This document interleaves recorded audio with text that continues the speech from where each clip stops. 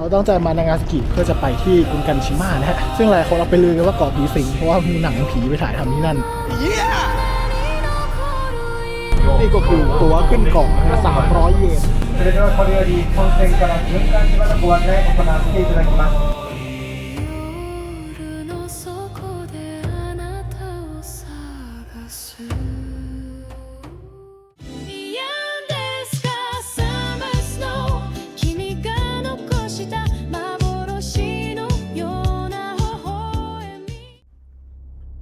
เพื่อนๆเคยได้ยินชื่อเกาะฮาชิมะกันไหมครับคือถ้าลองค้นใน Google ด้วยชื่อเกาะนี้ข้อมูลส่วนใหญ่ที่ออกมามักจะเป็นแนวสยองขวัญเรื่องเล่าผีตำนานผีกันซะเป็นส่วนใหญ่พี่แจ็คครับเรื่องราวมันเป็นแบบนี้ครับตำนานเรื่องสยองขวัญที่เล่าต่อกันมาของเกาะนี้บางก็ว่าผู้คนที่ไปถ่ายทำภาพยนตร์ที่เกาะนี้ต้องเจอเรื่องราวลึกลับบางก็ว่าในคืนที่ลมแรงเราจะได้ยินเสียงเคาะเหล็กดังมาจากใต้เกาะเพราะวิญญาณที่เสียชีวิตที่เกาะนี้ยังคงถูกบังคับให้ทำงานแม้จะจากไปนานแล้วหรือไม่ก็เรื่องเล่าของโรงเรียนร้างบนเกาะนี้ที่มีคนได้ยินเสียงหัวเราะของเด็กดังออกมาจากโรงเรียนนั้นบางก็บอกว่ารอบเกาะนั้นคือสุสานของผู้เสียชีวิตทำให้ในวันที่พระจันทร์ส่องสว่างเราอาจจะเห็นเงาดำนับพันโผล่ออกมาจากผืนน้ำเพื่อเฝ้ามองผู้มาเยือนก็เป็นได้แต่พี่แจ็คครับนั่นก็เป็นเพียงแค่ตำนานข่าวลือเป็นเรื่องเล่าอะไรต่างๆนานานะครับแต่ว่ามันก็ดูจะได้ผลดีกว่าเรื่องอื่นๆนะเพราะทุกคนนั้นก็ค่อนข้างมีภาพลักษณ์ของเกาะฮาชิมะไปในทางที่พอพูดถึงเกาะฮาชิมะแล้วภาพแรกที่ผุดขึ้นมาก็คือเกาะผีสิงเกาะสยองแต่จริงๆแล้วเกาะแห่งนี้นั้นมีเรื่องราวมากมายที่แฝงอยู่ทั้งเรื่องราวทางประวัติศาสตร์เทคโนโลยีการเป็นมรดกโลกไปจนถึงความโหดร้ายของสงครามที่ญี่ปุ่นแทบไม่พูดถึงมันแต่เราจะได้รับรู้เรื่องนี้จากมุมมองของประเทศอื่นๆอย่างจีนและเกาหลีมากกว่านะครับเกาะนี้จึงไม่ได้มีเพียงแค่ด้านเดียวแค่ความน่ากลัวความเก่าหรือความงดงามมหัศจรรย์ของมรดกโลกแต่มันก็แฝงเรื่องราวในหลายแง่มุมเอาไว้ซึ่งวันนี้ผมจะเดินทางไปที่เกาะแห่งนี้เพื่อพิสูจน์มันกันครับสวัสดีตอนนี้ก็อยู่บน Limited Express นะครับที่กำลังจะไปยังนางาซากิก็ใช้เวลา1 ชั่วโมงกว่าๆครับไปยังนางาซากิซึ่งวันนี้จุดมุ่งหมายในการไปนางาซากิของเรานั้นจะเป็นที่ไหนเดี๋ยวรอดูกันต่อไป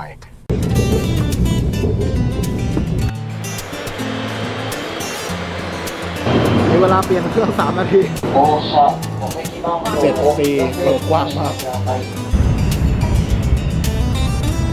ก็มาถึงนางาซากิแล้วนะฮะนี่นะฮะก็คือรถไฟใหม่ล่าสุดของนางาซากิซึ่งเรามาลองนั่งกันหัวจักรโบราณซึ่งจะพาเรานั้นข้ามถนนไปเห็นไหมนี่ข้ามไปนี่ละก็แบบปูนอายเขาแล้วอยู่หน้าออฟฟิศเขาด้วยอายเขาแล้วเนี่ยไปเถอะไปท่าเรือกันได้แล้วมาถึงท่าเรือนางาซากิแล้วนี่น่าจะใช่นะมันดูเป็นท่าเรือที่สุดในถนนเส้นนี้แล้วอะนี่คือเรือตำรวจนะฮะตำรวจน้ำน่ารักดีเนาะสรุปว่าอันนี้ไม่ใช่ท่าเรือแต่เหมือนเป็นห้างนางาซากิฮาร์เบอร์เทอร์มินอลของเราต้องเดินไปครึ่งโลและนี่น่าจะใช่แล้วนะฮะท่าเรือเราตั้งใจมานางาซากิเพื่อจะไปที่กรุงกันชิมะนะฮะเกาะรูปเรือรบซึ่งหลายคนเราไปลือกันว่าเกาะผีสิงเพราะว่ามีหนังผีไปถ่ายทำที่นั่นเกาะฮาชิมะไอ้เกาะผีสิงนั่นน่ะนะมันติด1 ใน 5ของที่หลอนที่สุดเลยนะพี่ที่เกาะเนี่ย 6,000 คนหายไปในคืนเดียวเลยนะแก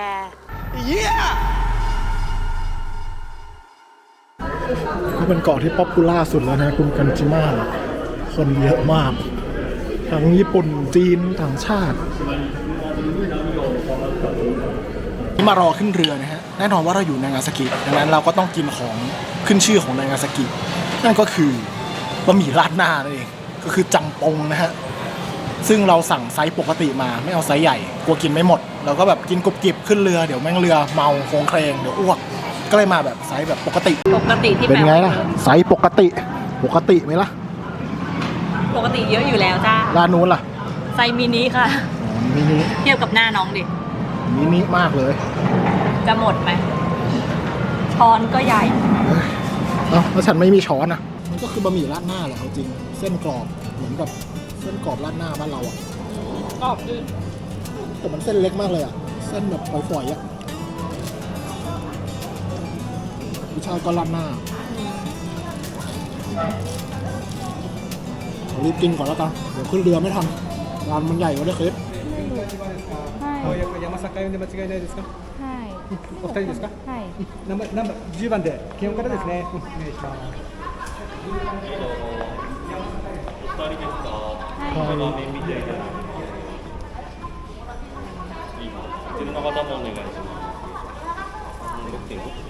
誓約書などご準備はされてますか？こういうやつです。まだです。記載書類があります。誓約書が人数分2枚とこちら代表者が1枚です。一応上陸コースなんですけれども、最終判断現場海域での判断になります。現状波の高さがちょっと基準値超えてますので、上陸できない可能性もあるということでご容赦ください。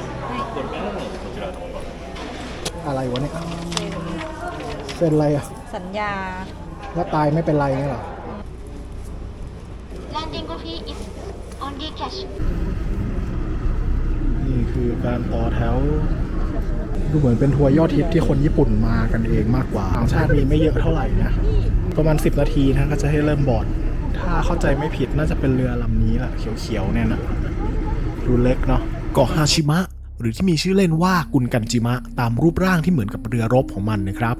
เป็นเกาะร้างที่อยู่ในจังหวัดนางาซากิมีพื้นที่เพียงแค่6เฮกตาร์หรือว่าราวๆ 60,000 ตารางเมตรเท่านั้นและอยู่ห่างจากชายฝั่งจังหวัดนางาซากิราวๆ 15 กิโลเมตรครับซึ่งบางคนอาจจะเคยได้ยินว่าเกาะแห่งนี้ถูกคนสร้างขึ้นแต่เดี๋ยวก่อนนะในยุคปี 1810 เนี่ยญี่ปุ่นเขาสามารถถมทะเลสร้างเกาะกันแบบสนามบินคันไซได้แล้วเหรอไม่ใช่นะครับเดิมที่นี่ก็เป็นเหมือนกับโขดหินยักษ์ที่ลอยอยู่กลางทะเลอยู่แล้วแล้วก็มีการค้นพบว่าข้างใต้นั้นเป็นแหล่งถ่านหินขนาดใหญ่ทำให้มิตซูบิชิครับเริ่มเป็นนายทุนที่เข้าไปจัดการและเขาก็ได้เริ่มเปลี่ยนแปลงเจ้าโขดหินยักษ์นั้นให้กลายเป็นเมืองแห่งอุตสาหกรรมลอยน้ำทุกตารางเมตรบนเกาะถูกถมทะเลขยายออกจนมีตึกคอนกรีตสูงมีโรงเรียนโรงพยาบาลโรงหนังมีตู้ปาจิงโกะกลายเป็นเหมืองอุตสาหกรรมลอยน้ำที่เป็นนวัตกรรมล้ำยุคในปี 1959 มีการบันทึกไว้ว่าบนเกาะเล็กๆแห่งนี้นั้นมีคนอยู่มากกว่า 5,000 คนเลยนะครับกลายเป็นพื้นที่ที่มีความหนาแน่นของประชากรสูงที่สุดในโลกณตอนนั้นเลยทีเดียวแต่แม้จะรุ่งเรืองอย่างไรครับในช่วงปลายยุคปี 1960 นั้นญี่ปุ่นก็ได้เริ่มเปลี่ยนแปลงจากการใช้พลังงานถ่านหินมาเป็นน้ำมันแล้วก็ก๊าซธรรมชาตินะครับทำให้เหมืองถ่านหินหลายที่ในญี่ปุ่นนั้นถูกปิดลงไม่เว้นแม้แต่ที่นี่และเหมืองเกาะฮาชิมะนั้นก็ถูกประกาศปิดไปในช่วงต้นปี 1974 เมื่อไม่มีงานแล้วคนบนเกาะก็อพยพออกไปจนหมดจนกลายเป็นเกาะร้างในระยะเวลาเพียงแค่ไม่กี่เดือนหลังจากนั้น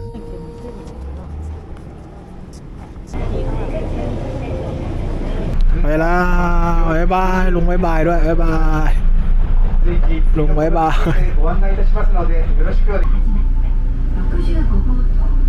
นี่ก็คือตั๋วขึ้นเกาะนะครับ310 เยนเรือเป็นเรือที่ค่อนข้างเล็กนะจริงๆเล็กกว่าเรือข้ามฟากเป็นปกติก็มี2ชั้นก็คือชั้นบนนะฮะซึ่งผมไปดูละชั้นบนก็จะเห็นวิวเยอะกว่าแหละแต่ว่าเหม็นควันเรือมากที่นี่เขามีกฎว่าถ้าเกิดคลื่นแรงนะฮะจนไม่สามารถเทียบท่าได้เขาก็จะไม่สามารถลงที่ท่าเรือได้ก็จะได้แค่นั่งเรือมาแล้วก็บายบาย High heel shoes, slip-on sandals, and flip-flops are prohibited for safety. คือตะกี้เขาประกาศว่าเรือรอบเช้านะฮะคือคลื่นสูงกว่า5 เมตรก็คือไม่สามารถจอดได้ดังนั้นทุกคนที่เมื่อเช้าอ่ะก็คือไม่ได้ขึ้นเกาะส่วนของเราเนี่ยเขาบอกว่าก็ยังถือว่ายังพอมีลุ้นเพราะว่ามีช่วงบางช่วงที่แบบคลื่นมันลงต่ำเขาก็ยังไม่แน่ใจเหมือนกันว่าจะได้ขึ้นไหมดังนั้นก็คือต้องไปดูหน้างานว่าจะได้ขึ้นไหมดังนั้นคือตอนนี้เรานั่งเรือไปโดยที่ไม่รู้ว่าจะได้ขึ้นหรือเปล่า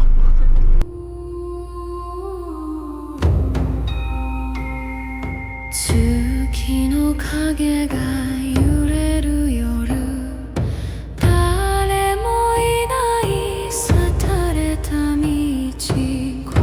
がした遠くから名前を呼ぶあなたの声息を潜めて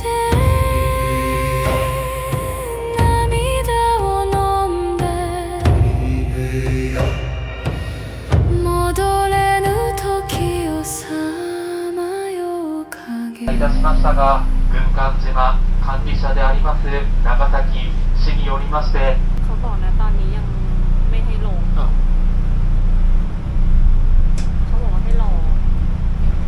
ดีไงเลยเผื่อเวลามา3 ชั่วโมงคลื่นมันสูงมากเลยอ่ะจะได้ลงไหมเนี่ยดูจากตรงนี้ยังรู้เลยว่าแบบคลื่นมันกระเพื่อมมานั่งลุ้นกันอยู่ว่าจะได้ลงไหมตอนนี้มาเทียบแล้วแต่ว่ายังโดนปฏิเสธไม่ให้ขึ้นเกาะอยู่นะเพราะว่าคลื่นสูง Attention please, this is the information from our captain. Now the wave height is 68 centimeters right now. It's higher than 50 centimeters. So we cannot land on the island. Appreciate your understanding. ก็ไม่ได้ขึ้นนั่นแหละ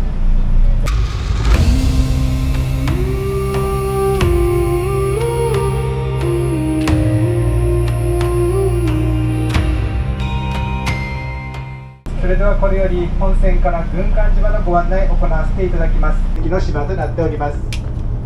最盛期には人口5300名を数え、当時19年 สรุปว่าอดขึ้นนะ 皆さん注意ご等ですねが危険だということで、水産の翌年昭和50年に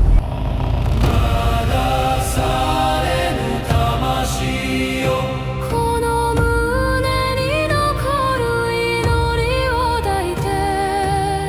冷たい風に消えぬ想い夜の底であなたを探す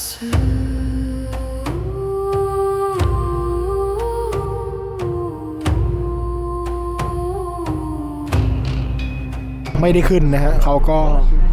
พาวนรอบๆแล้วก็ให้ไกด์พูดจากบนเรือ โดยที่ไม่ได้ขึ้นไปเหยียบเกาะต้องอย่าลืมว่าเกาะเขาเป็นเกาะล้างเนาะไม่ได้มีเจ้าหน้าที่ประจำไม่ได้มีคนที่จะแบบคอยช่วยถ้าเกิดเรือมันเป็นอะไรอย่างเงี้ยเขาก็เลยต้องคำนึงถึงความปลอดภัยมากแล้วมันก็ไม่ได้มีท่าเรือที่แบบถาวรอ่ะก็มันเป็นเกาะล้างนะฮะเขาก็เลยเรียกว่าต้องดวงดีจริงๆถึงจะได้ขึ้นไปเท่าที่เห็นจากข้างบนแล้วก็ฟัง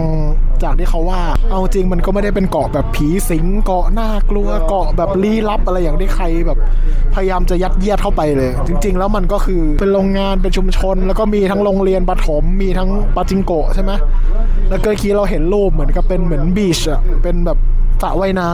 ำสวยๆเลยพอมันแบบไม่มีใครบูรณะก็เนาะมันอยู่กลางน้ำอ่ะคนมันก็ไม่ได้มาสะดวกอะไรอย่างเงี้ยสุดท้ายพอมันกลายเป็นเกาะล้างไปคนก็เลยเริ่มสร้างตำนานให้มันเป็นเกาะผีสิงชาวบ้านเราไปถ่ายหนังถ่ายอะไรเงี้ยหลายๆคนก็คิดว่ามันต้องมีผีอย่างแน่นอนเขาก็เป็นเกาะหนึ่งแหละครับที่อยู่ในนางาซากิเนี่ยนะฮะเพียงแต่ว่าความน่าสนใจของเขาก็คือการสร้างออกมาเป็นรูปเรือแล้วก็เราก็จะเห็นว่ามีเหมือนผนังล้อมรอบเหมือนมีผนังไททันนะล้อมรอบก็อาจจะไม่ได้เห็นจากเกาะอื่นๆนะก็น่าเสียดายที่ไม่ได้ลงนะแต่ว่าก็ทำให้เราได้เห็นภาพมันชัดเจนขึ้นเยอะว่าเฮ้ยจริงๆมันก็ไม่ได้น่ากลัวอะไรหรอกไม่อยากจะบอกว่าในเมืองนางาซากิน่ากลัวกว่าเยอะนะถ้าจะพูดเรื่องผีอะอย่างไรก็ตามครับสิ่งหนึ่งที่ทัวร์นี้ไม่มีการพูดถึงเลยนั่นก็คือเรื่องราวดำมืดของโลกใต้ดินที่ญี่ปุ่นอาจจะอยากเก็บงำมันเอาไว้ซึ่งเราอาจจะรับรู้ข้อมูลเหล่านี้ได้จากอีกฝากฝั่งหนึ่งอย่างจีนแล้วก็เกาหลีนะครับนั่นก็คือในช่วงสงครามโลกครั้งที่2เกาะฮาชิมะนั้นเคยถูกใช้เป็นสถานที่บังคับทำงานของแรงงานทาสจากเกาหลีแล้วก็จีนหลายร้อยชีวิตพวกเขานั้นต้องทำงานในเหมืองที่ลึกมืดอับชื้นและอันตรายว่ากันว่าบางคนนั้น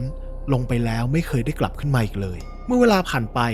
เรื่องราวเหล่านี้ถูกปิดเงียบจนกระทั่งมีการขุดค้นเอกสารและก็คำบอกเล่าต่างๆที่เปิดเผยออกมาว่าเกาะแห่งนี้ไม่ได้มีแค่ความเจริญรุ่งเรืองแต่มันยังเต็มไปด้วยเสียงกรีดร้องของอดีตที่ไม่มีใครอยากได้ยินและนั่นก็เป็นส่วนหนึ่งของตำนานเรื่องสยองขวัญสุดลึกลับบนเกาะนี้ด้วยนะครับเวลาผ่านไปกว่า40ปีครับในปี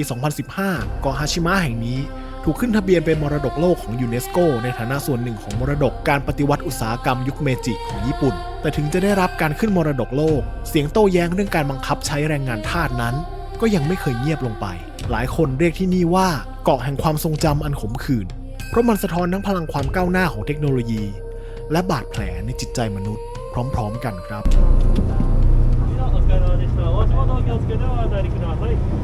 เขาบอกว่ามี5บริษัทที่เอาเรือมาที่เกาะซึ่งราคาก็ไม่เท่ากันแต่ละที่แก๊งรีฟันเมื่อเราไม่สามารถขึ้นได้เราก็จะได้ตังค์คืนนะฮะอ๋อ ไม่ใช้ มีโปสการ์ดด้วยอ่ะ เฮ้ยนี่คืออะไรอ่ะ นี่ได้ลดค่าเรือครั้งต่อไป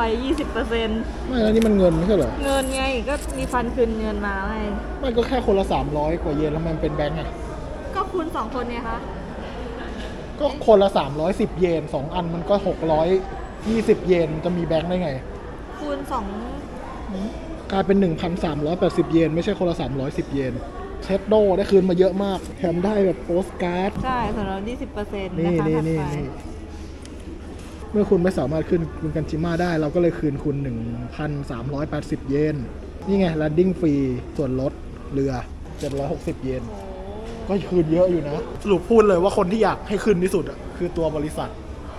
เขาจะได้ไม่ต้องมานั่งทำอย่างเงี้ย ใช่เขาต้องคืนเงินเยอะแล้วเขาก็เสียค่าเรือเท่ามากกว่าเดิมเพราะเสียค่าน้ำมันในการวนรอบอ่ะแทนที่จะได้จอดเฉยๆไกด์ก็ทำงานเท่าเดิมเพราะต้องพูดคนซวยที่สุดคือเรือเราได้รถก็โอเคนะคือในความญี่ปุ่นอ่ะเขาก็จะมีอะไรบางอย่างที่ทำให้เราประทับใจเสมอนะฮะอันนี้ก็คือเราไม่สามารถขึ้นเรือได้ก็จริงแต่ว่าเขาก็คือคืนส่วนลดให้ทั้งค่าขึ้นเกาะลดค่าเรือให้ด้วย 10% นะฮะแม้จะไม่ได้ขึ้นวันนี้แต่ว่าการได้ไปนั่งดูแล้วก็ได้ฟังเรื่องราวอะไรของเขามันก็ทำให้เราได้รู้อะไรหลายอย่างเหมือนกันนะฮะฮาชิมะความจริงฮาชิมะคือชื่ออย่างเป็นทางการแต่ว่ากุนกันชิมะกุนกันแปลว่าเรือใช่ไหมเรือรบก็เหมือนไอ้กุนกันมากิก็คือเป็นมากิที่ทำเป็นเหมือนรูปเรืออะไรประมาณนี้เนาะเหมือนกับเป็นชื่อเล่นเกาะเรือรบอะไรเงี้ยที่น่าตลกก็คือครั้งหนึ่งที่นี่เคยถูกใช้เป็นเหมือนเรือรบปลอมๆเอาไว้หลอกข้าศึกด้วยแบบมีเรือขนาดใหญ่ขนาดนี้ใครจะไปสู้ได้วะอะไรเงี้ยก็เนียนดีนะฮะใครที่มาที่นี่แล้วคาดว่ามันจะมีความแบบสยดสยองอะไรเงี้ยไม่มีเลยซึ่งจริงแล้วที่เนี่ยเมื่อก่อนเขาบอกว่าเป็นเกาะที่ทำเหมืองหินเพราะว่าที่นี่มันสามารถดูดไอ้ถ่านหินจากใต้ทะเลมาได้ทำให้เกาะเนี่ยคือแบบร่ำรวยมีความร่ำรวยมากแล้วมีจำนวนประชากรเขาบอกว่าในตอนนั้นน่ะความแออัดของประชากรน่ะมากกว่าโตเกียวซะอีกนะฮะคือมีคนอยู่แล้วก็มีเทคโนโลยีอะไรแบบเช่นกันสร้างแบบอาคารเสริมใยเหล็กอะไรเงี้ยเป็นที่แรกของญี่ปุ่นมีปาจิงโกะมีคาราโอเกะมีโรงแรมสุดท้ายที่เกาะเขาไปไม่รอดจนกลายเป็นเกาะร้างเนี่ยก็ไม่ใช่อะไรหรอกครับสิ่งที่เรารู้กันดี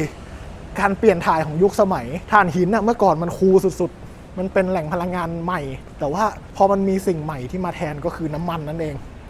คนใช้น้ำมันกันหมดทำให้ถ่านหินอ่ะล้าสมัยรัฐบาลญี่ปุ่นก็เลยสั่งแบบโอเคเราจะก้าวสู่เมืองสมัยใหม่เราจะปิดเหมืองถ่านหินหมดที่นี่ก็เลยเจ๊งคนก็ย้ายออกกันหมดปัจจุบันก็เหมือนกับพยายามที่จะรีโนเวทเกาะใหม่นะเขาบอกว่ายังมีความพยายามสำหรับคนที่รักเกาะนี้แต่สิ่งหนึ่งที่เขาไม่ได้กล่าวเลยผมรอดูว่าจะมีสักคำไหมที่เขาพูดมาเนี่ยเขาก็จะพูดถึงแต่ข้อดีนะว่าแบบเมื่อก่อนมันเคยเจริญรุ่งเรืองอย่างงู้นอย่างนี้แต่จริงๆถ้าคุณได้อ่านเรื่องราวของคุณกันชิมะหรือฮาชิมะในเน็ตเนี่ยโอ้โหมันจะมีเรื่องของการใช้แรงงานทาสทั้งจีนทั้งเกาหลีที่แบบสมัยสงครามอ่ะถูกส่งมาใช้แรงงานกดขี่ฮะที่นี่ทำให้คนเกาหลีบางคนก็ยังไม่พอใจนะเกาะนี้ก็ยังมีแบบหึมๆกันตลอดเวลานะฮะประวัติศาสตร์ก็แล้วแต่ว่าใครจะเขียนก็แล้วกันสมัยสงครามญี่ปุ่นเองก็ใช้ย่อยอ่ะเนาะเราก็รู้กันอยู่แต่ว่าอย่างที่บอกถ้าเกิดใครจะมาแล้วคาดหวังที่จะเจอความแบบสยดสยองความน่ากลัวสุดยอดอะไรเงี้ยไม่มีนะฮะเป็นไงอดขึ้นเกาะเสียใจนิดนึงเคยจองมาแล้วครั้งหนึ่งตอนอยู่ปี3มากับเพื่อนอันนั้นคือแบบไม่ได้แม้แต่ขึ้นเรือเพราะว่าไต้ฝุ่นจ้ามาตอนแบบช่วงเดือนสิงหาอย่างน้อยตอนนี้ก็ได้ขึ้นแล้วเนาะถือว่ามีความพัฒนาเราจ่ายไปตอนแรก 8,000 กว่าคืนมา 1,300 อ่ะก็จ่ายไปจริงๆก็ประมาณ 6-7,000 จริงคนที่ซวยที่สุดคือเจ้าของเรือบริษัทเรือเพราะค่าไกด์ก็จ่ายเท่าเดิมไกด์ก็ทำงานเท่าเดิมเพราะต้องพูดบนเรือแต่ว่าจอดไม่ได้ลูกค้าก็โมโหแล้วต้องมาทำเรื่องคืนเงินอีกแล้วก็ต้องวนเรือรอบๆเสียค่าน้ำมันไปอีกตั้งเยอะจริงก็นะมันถ้าขึ้นไม่ได้มันก็เป็นเหตุสุดวิสัยจริงๆนะครับดังนั้นก็อย่าไปโวยวายเขาเลยเนาะแม้วันนี้ผมจะไม่ได้ขึ้นไปที่เกาะแห่งนี้นะครับแต่ผมก็รับรู้ได้เป็นอย่างดีว่าฮาชิมะนั้นคือเกาะที่บอกเล่าทั้งความรุ่งเรืองของอุตสาหกรรมและอีกด้านหนึ่งอาจจะเป็นเรื่องราวของความโหดร้ายของมนุษย์ที่ไม่มีใครอยากพูดถึงและแม้ตอนนี้เกาะฮาชิมะมันจะเหลือเพียงแค่ซากคอนกรีตที่เงียบงันแต่ในสายตาของผู้มาเยือนอย่างผมเสียงของผู้คนที่เคยอาศัยอยู่ที่นี่อาจจะยังคงสะท้อนอยู่ในคลื่นทะเลที่ซัดแรงจนห้ามไม่ให้ผมได้ขึ้นไปที่เกาะในวันนี้ก็เป็นได้